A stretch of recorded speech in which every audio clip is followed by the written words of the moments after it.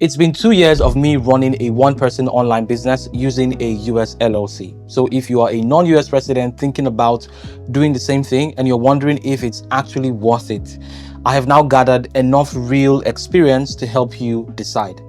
And I know a lot of Nigerian freelancers and remote workers are asking this question right now, especially since PayPal is back to Nigeria. You're probably thinking, is it still worth it to spend money to set up a US LLC just to access PayPal? And I'm curious, what's your situation? Why are you thinking about setting up a US LLC? Let me know in the comments. Now, there are different types of people who are going to be looking to set up a US LLC. You have your small solopreneurs like freelancers and remote workers doing maybe even 5 figures in a year, but then you need access to services to help you run your small operation. And then you have your medium and large scale businesses. And if you're running a medium or large scale business, you probably already have accountants and tax advisors and professionals guiding you. This video is really more for people like me, solopreneurs, freelancers, and remote workers. For me, the real reason why I set up my US LLC was simply PayPal. PayPal hasn't been functional in my country for a long time now, and it was a serious problem. Most of my clients wanted to pay through PayPal because it's fast and it's convenient. The alternatives like Western Union and MoneyGram are just simply too stressful. Payments could take days or even weeks. With PayPal, it's instant. So my entire goal was to just fix my payment problem. That was it. No complex tax strategy or anything like that. It was just payment processing. And since creating my LLC, I can confidently say payment is no longer an issue for me.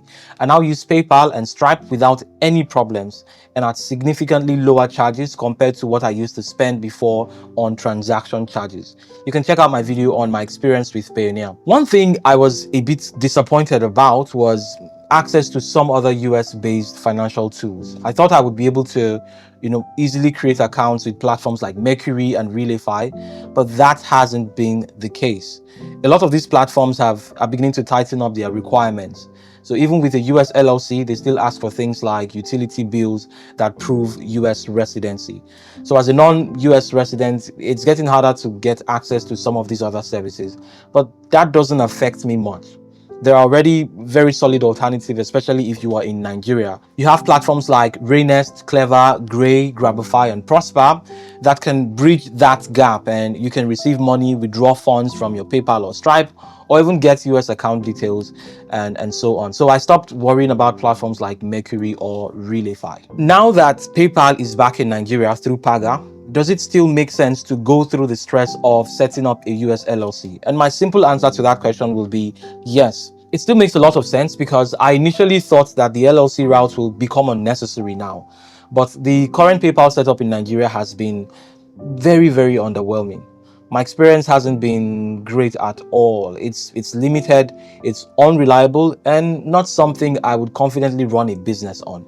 So if you're running a small freelance operation, I wouldn't advise you relying on the Nigerian PayPal and Paga. Maybe for paying for stuff online, yes, you can do that. But to run a business and receive payments from clients, no. You can set up a US LLC for about $100 to $200 or even less if you're doing everything by yourself. And if you use online services, you can go up to around $500. Some of the services I recommend include Busy, Ink Authority, Northwest, and Go Nomad.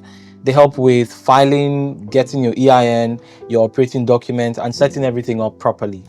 And ITIN is an optional thing that you might want to get, but I've been running my setup without it, and so it's not a strict requirement, but you can apply for one if ever the need arises. And when it comes to running costs, there are some yearly costs that you'll have to cover, and the two main ones are your registered agent and a reliable VPN for accessing your US accounts.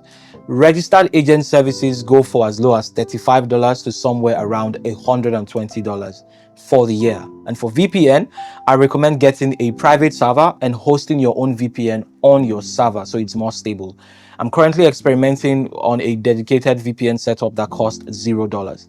Let me know in the comments if it's something that you would like me to make a video about. But for right now, I have a video showing step by step how I set up my VPN on my Hostinger private server. along with other series of videos showing you step by step how I set up my US LLC. The links to all of that will be in the description. So what is my final verdict? For me, setting up a US LLC has been completely worth it. It solved my biggest problem, which was getting paid easily and reliably. If you're a freelancer or a solopreneur dealing with international clients from a country that has limited access to global payment services, this can remove a major limitation in your business.